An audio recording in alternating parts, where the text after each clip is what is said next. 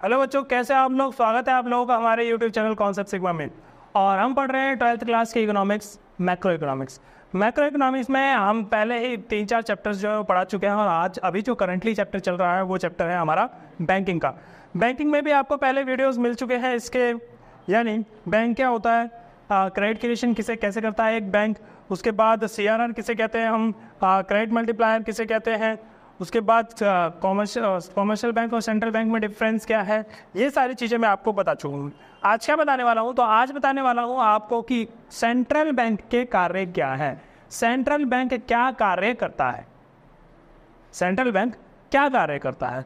तो central bank होता कौन है, तो किसी भी देश में जो सबसे बड़ा बैंक है, बड़ा बैंक, किसी भी देश में सबसे बड़ा बैंक जो सभी बैंकों को नियंत्रित करता है उसे सेंट्रल बैंक कहते हैं।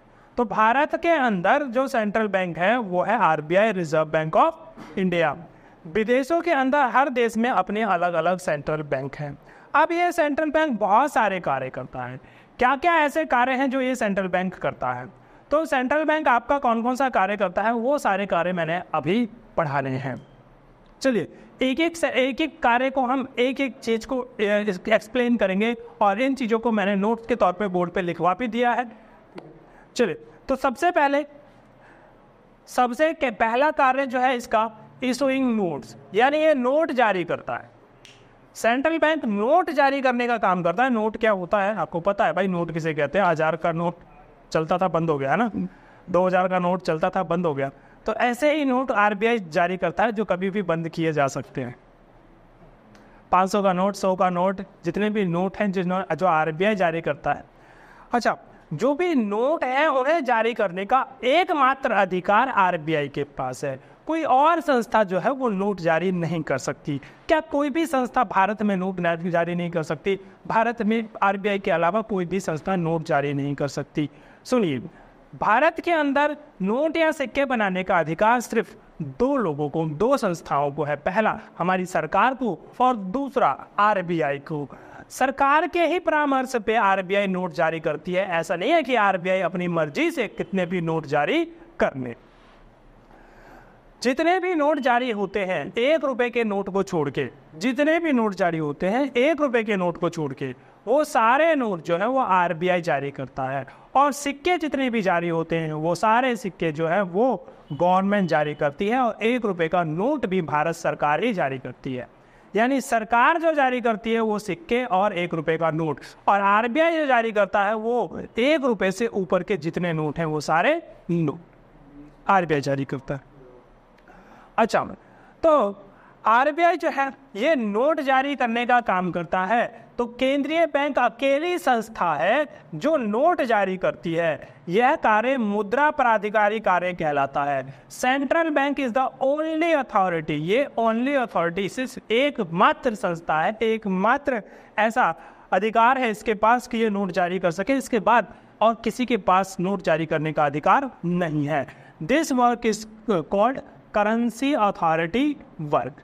इसको हम करेंसी अथॉरिटी वर्क भी कहते हैं। दूसरा कार्य जो है ये है पहला कार्य। दूसरा कार्य जो है वो है बैंकर्स टू द गवर्नमेंट। भाई जैसे हमारे बैंक, हमारे खाते होते हैं किसके पास, किन बैंकों में, बैंक ऑफ इंडिया में, यूनियन बैंक ऑफ इंडिया में, ICICI बैंक में, HDFC बैंक में, एक्सिस बैंक में, ठीक है, किसी भी बैंक में, कोटक बैंक में, इन बैंकों में हमारे खाते होते हैं। तो सरकारों के भी खाते, जितने भी सरकार है, अब सरकार का 2 प्रकार के सरकार होते हैं यदि आपको पता ना हो तो। एक तो केंद्रीय सरकार, केंद्र सरकार, और एक राज्य सरकार। तो केंद्र सरकार और राज्य सरकार के लिए बैंक खातों का मेंटेनेंस, खातों का जो हिसाब किताब है वो कौन रखता है? वो खातों का हिसाब किताब RBI रखता है। तो RBI सरकार के खाते मेंटेन करता है। RBI सरकार के लिए सिक्योरिटीज मेंटेन करता है। सिक्योरिटी का क्या मतलब है? सिक्योरिटी वही बॉन्ड पेपर्स हो गए, शेयर्स हो गए, ऐसी चीज़ें खरीदने और बेचने का काम कौन करता है? RBI। किसके लिए? सरकार के लिए। सरकार के लिए सिक्योरिटीज यानी प्रतिभूतियों को खरीदने का और बेचने का कार्य, बॉन्ड्स का कार्य, बॉन्ड्स खरीदने और बेचने का कार्य कौन करता है? RBI। ठीक है। बॉन्ड्स क्या होते हैं? इन्वेस्टमेंट टाइप होते हैं। जैसे मान के चलो सरकार को पैसों की जरूरत है। किसको जरूरत है? सरकार को। सरकार को पैसों की जरूरत है तो सरकार तुमसे लोन ले सकती है। मैं बता दूं, सरकार को यदि पैसों की कभी जरूरत होती है ना, तो सरकार 3 जगहों से लोन लेती है।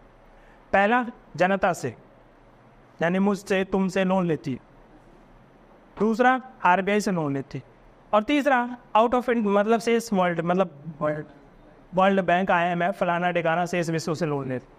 ठीक है, तो ये 3 जगह से आरबीआई जो सरकार जो है वो लोन लेती है जब सरकार को पैसों की जरूरत पड़ती है। तो यदि सरकार को जनता से लोन लेना है, सरकार को किससे लोन लेना है? जनता से। यदि सरकार को जनता से लोन लेना है तो सरकार जनता से कैसे लोन ले? हर आदमी से जाके मांगे कि भाई तुम पैसे दे दो कुछ, तुम पैसे दे दो कुछ, तुम पैसे दे दो, ऐसा नहीं करती है।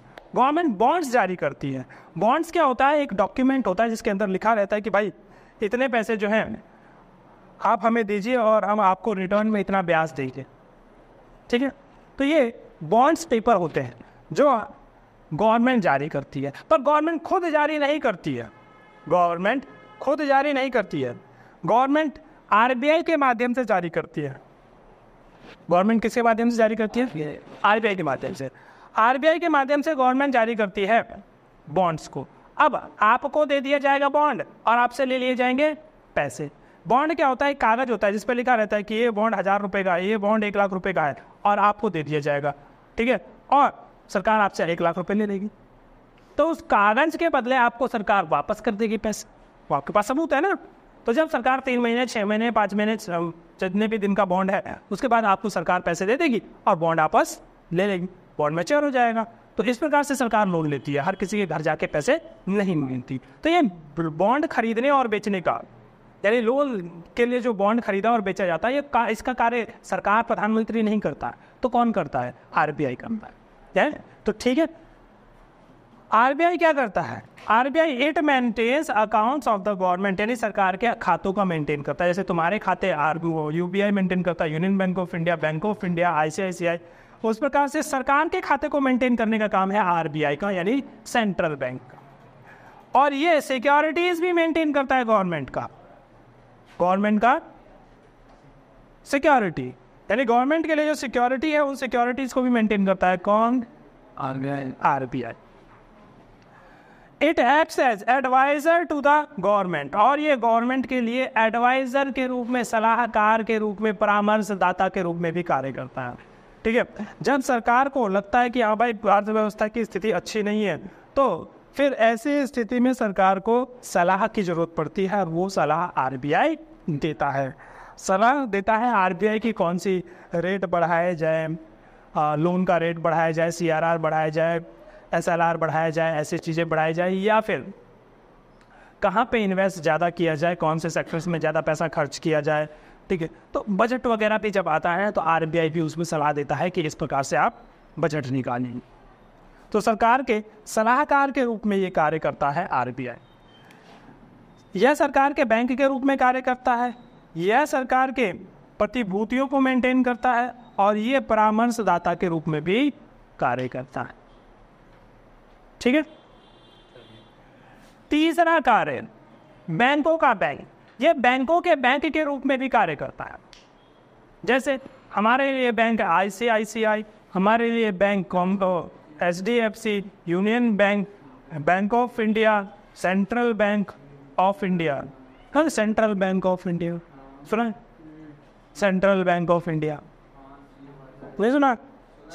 सेंट्रल बैंक ऑफ इंडिया वो कॉमर्शियल बैंक है, असल में उसका नाम है सेंट्रल बैंक ऑफ इंडिया, पर वो कॉमर्शियल बैंक है, उसका नाम है बस सेंट्रल बैंक ऑफ इंडिया। तो देश के अंदर एक ही सेंट्रल बैंक है, वो आरबीआई। तेरे कहीं पे आपको नजर लिखा आ जाए ना सेंट्रल बैंक ऑफ इंडिया, तो वो सेंट्रल बैंक नहीं है, वो कॉमर्शियल बैंक है, उसका नाम है सेंट्रल बैंक। समझ में आता है? जैसे मान के चलो कोई व्यक्ति जिसका नाम है राजा, तो इसका क्या मतलब हुआ कि वो राजा है? नहीं ना। तो इसी प्रकार से एक बैंक ने लिख दिया, अपना नाम रख लिया सेंट्रल बैंक ऑफ इंडिया, तो इसका मतलब ये नहीं है कि वो सेंट्रल बैंक ऑफ इंडिया है। ठीक है, वो क्या है? वो नॉर्मल कॉमर्शियल बैंक ही है। तो central bank of India Bharat के अंदर एक ही है जिसका नाम है रिजर्व बैंक ऑफ इंडिया, यानी आरबीआई। ठीक है, नेहरू प्लेस में है एक सेंट्रल बैंक ऑफ इंडिया, और बहुत सारे ब्रांच है सेंट्रल बैंक ऑफ, और आरबीआई का ब्रांच कनॉट प्लेस में। हाँ, ठीक है, इसका हेड ऑफिस मुंबई में है, फिर केस है इसका मतलब आरबीआई का एक ब्रांच कनॉट प्लेस में है, दिल्ली में। इसका आरबीआई का जो मुख्यालय है वो बम्बई में। ब्रांच होती है। जरूरी नहीं है कि हर राज्य में ब्रांच हो, जरूरी नहीं है कि हर राज्य में ब्रांच हो, पर इसका जो है वो अलग अलग जगह भी हो सकता है ब्रांचेस। अच्छा, ये काम क्या करता है कमर्शियल बैंक, बैंकर्स के बैंक के रूप में? ये इट एक्सेप्ट डिपॉजिट लेता है किससे? कमर्शियल बैंक से, और लोन देता है कमर्शियल बैंक को। डिपॉजिट कमर्शियल बैंक को से लेता है और उनको ही लोन देता है। जैसे हम जमा करवाते हैं बैंकों में जाके और उनसे लोन भी लेते हैं, इसी प्रकार से यदि बैंक वालों को जमा करवाना हो तो आरबीआई के पास जमा करवाते हैं और आरबीआई से लोन लेते हैं। ठीक है, जैसे हमारे लिए बैंक एचडीएफसी, वैसे बैंकों के लिए बैंक आरबीआई। ठीक है। It provides clearing house facility. Clearing house facility कहते हैं चेक क्लियर करने के लिए जो फैसिलिटी मीडिएटर के रूप में कार्य करता है उसको आप क्लियरिंग हाउस फंक्शन कहते हैं, जो आरबीआई कार्य करता है कमर्शियल बैंक के चेक को क्लियर करने में। It controls activities of commercial bank, और कमर्शियल बैंक के कार्य को, एक्टिविटीज को, कार्यविधि को कंट्रोल भी करता है। ये उनके ऊपर मोरल प्रेशर बना के रखता है, ये उनको गाइडलाइंस देता है कि भाई सुन लो, हमारी बात माननी पड़ेगी, यदि नहीं मानोगे तो आपका जो लाइसेंस है बैंकिंग का वो कैंसिल हो सकता है। आप जो हमारे यहाँ आरबीआई में शेड्यूल्ड हो तो आपकी शेड्यूल से नाम हटाया जा सकता है, और ऐसा बैंक जिसका शेड्यूल आरबीआई के अंदर शेड्यूल्ड नहीं है तो वो भगवान भरोसे बैंक कहलाता है। ठीक है, तो वो बैंक क्या कहलाता है? भगवान भरोसे बैंक। यानी भगवान भरोसे बैंक ऐसा बैंक होता है जिसमें आपने पैसे तो डाल दिए पर मिलने की कोई गारंटी नहीं है। यहाँ की आरबीआई भी उसकी गारंटी नहीं लेता। ठीक है, तो उसे नॉन शेड्यूल बैंक कहते हैं, और शेड्यूल बैंक वो होता है जिसकी गारंटी आरबीआई ने ले रखी। तो आरबीआई ऐसे बैंक को प्रेशर डालता है कि हमारी बात मानो, और उसके लिए वो सीआरआर, एसएलआर ऐसी चीज़ें जो है वो जारी करता है, उन बैंकों के ऊपर लगाता है, भाई ये मानना पड़ेगा, ये एसएलआर मानना पड़ेगा, ये सीआरआर मानना पड़ेगा आपको। वाणिज्यिक बैंक से जमा स्वीकार कर उन्हें ऋण भी देने का काम करता है। ये हिंदी में है, मैं बार बार हिंदी और इंग्लिश को नहीं बताऊंगा। चौथा कार्य क्या है? चौथा कार्य है lender of last resort. Lender of last resort का मतलब जिसका कोई नहीं उसका आरबीआई, जिसका कोई नहीं उसका आरबीआई, जिसका कोई नहीं उसका आरबीआई यानी केंद्रीय बैंक। ठीक है, यदि कोई बैंक है जिसको पैसों की जरूरत है, क्यों पैसों की जरूरत है इसके ऊपर प्रॉपर बड़ी कहानी है, बाद में सुनाएंगे। इमरजेंसी आ गई किसी बैंक के ऊपर, किसी ने अफवाह उड़ा दिया कि भाई ये बैंक जो बंद होने वाला है, बंद होने वाला, बंद होने वाला है, तो लोग क्या करेंगे? लाइन में लग जाएंगे, बोलेंगे हमें पैसे निकालना, पैसा निकालना, पैसा निकालना। अब बैंक के पास तो उतने पैसे होते नहीं है, बैंक कहाँ कर देता है? इन्वेस्ट कर देता है। सिर्फ 4% 10% ही कैश रखता है अपने पास। जब 4% 10% ही कैश अपने पास रखता है और सारे पैसे क्या कर देता है? इन्वेस्ट कर देता है। तो ऐसी स्थिति में यदि वो पैसे मांगने लग जाए, जनता यदि पैसे मांगने लग जाए, तो यदि ऐसी स्थिति में कोई बैंकों से पैसे मांगने लग जाए, जनता सारे के सारे इकट्ठे हो जाए, बोले हमको पैसे चाहिए, हमारे पैसे चाहिए, हमारे पैसे चाहिए, क्या करें? बैंक को तो देना पड़ेगा, या फिर अपने आप को बैंक दिवालिया घोषित करते, भाई हमारे पास पैसे नहीं है। ठीक है, वो फिल्म देखी तुमने धूम 3 फिल्म देखी तुमने? उसमें बैंकों के पैसे चुरा लेता है वो, और बैंक को कंगाल कर देता है। कौन? आमिर खान। अच्छा, उसके बाद एक नई वेब सीरीज आई है असुर। तो ये जो वेब सीरीज है इसके अंदर भी बैंकों को कंगाल कर दिया जाता है उस असुर के द्वारा। अच्छा सुनिए, तो बैंक जब ऐसी स्थिति में पहुंच जाते हैं जब उनके पास पैसा नहीं रहता है, उनको जरूरत रहती है पैसों की पर है नहीं उनके पास, तो कोई उनको देने को तैयार भी नहीं होता। किसी दूसरे बैंक से जाके मांगे तो वो मना कर देते, भाई हमारे पास नहीं है, हम खुद भी कंगाल हो सकते हैं, हमारे पास नहीं है, निकलो यहाँ से। तो फिर वो बैंक कहाँ जाए, किसके आगे हाथ फैलाए? तब उनको याद आता है कि एक आदमी है जो हमारी मदद कर सकता है। कौन? आरबीआई। एक संस्था है जो हमारी मदद कर सकता है। तब वो उसके पास जाता है और उससे कहता है कि भाई साहब, हमने अपना नाम आपके पास शेड्यूल करवाया था, आज ही के दिन के लिए शेड्यूल करवाया था कि जब हमें ज़रूरत पड़े तो हम आपसे पैसे मांगने आए और आप हमें दो।